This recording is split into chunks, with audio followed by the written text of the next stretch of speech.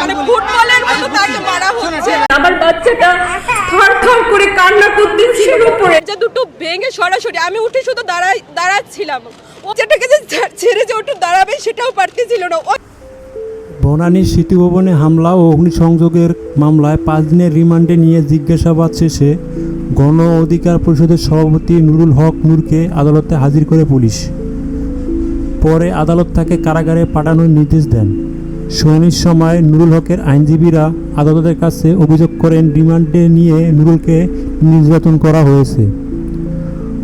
পরে নুরুল হকের স্ত্রী মারিয়া আক্তার সাংবাদিকদের বলেন, যে দুটো ভেঙে সরাসরি আমি উঠে শুধু দাঁড়াচ্ছিলাম, ও যেটাকে যে ছেড়ে যে ওটা দাঁড়াবে সেটাও পারতেছিল না। ওই বলবো যে ওকে মানে সবগুলো ফোন ওরা নিয়ে যায়। আমাদের কিয়ামত শুরু হয়ে গেছে, মানে পৃথিবীর মনে আলো আর দেখতে পাবো কি। বারবার জিজ্ঞেস করতেছিলাম যে আপনারা কারা, কেন নিয়ে যাচ্ছেন, মানে বলেই না জাস্ট নিয়ে যাচ্ছে। আমি তো পাগলের মতো ছুটছি যে ওকে পাবো কি। মানে 40 ঘন্টা নিকটস্থ থানায় গেছি, র‍্যাব 3-এ গেছি, তারা কোনো আমাদের সাথে কোনো কথাই বলেনি। মানে পরিচয় তো আমরা বারবার জিজ্ঞেস করতেছিলাম যে আপনারা কারা। আপনার 20 ঘন্টা তো দূরের কথা, 40 ঘন্টা পার হওয়ার পরে ওকে শুনতে পারি যে সে উঠাইছে। এই ছোট ভাইকেও তারা তুলে নিয়ে গেছে। মানে কথাগুলো এখন পাবলিকলি বলার মতো। রানিং অসুস্থ মানুষ, আবার প্রেগনেন্সি, ছোট ভাইটাকে নিয়ে আসছিলাম সাথে, জায়গা থেকে ওকে আবার অ্যারেস্ট করে ওরা নিয়ে যায়। সাথে ও সামান্যতম জড়িত না। তোর সাথে একটু দেখা করবো, সেই দেখা করার সুযোগটুকু দেওয়া হয়নি। 5 দিনের রিমান্ড শেষে আজকে যখন নিয়ে আসে তখন অবস্থায় দেখছি ওকে যে অবস্থায় নিয়ে গেছে।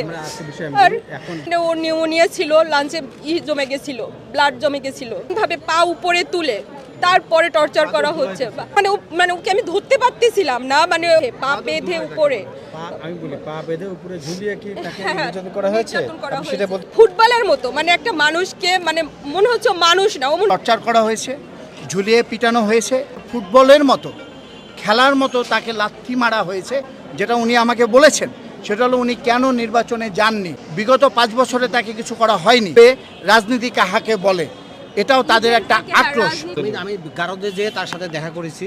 ওখানে জামাতের এবং বিএনপির নেতৃবৃন্দ ছিল। মদ খেয়ে মদের গন্ধে সবাইকে পা উপরে তুলে দিয়ে পিটাইছে, বেদম পিটানো কাকে পিটাচ্ছে, এবং ভিতরে এত বেশি মদের গন্ধ, অস্বাভাবিক রকমের নির্যাতন করছে।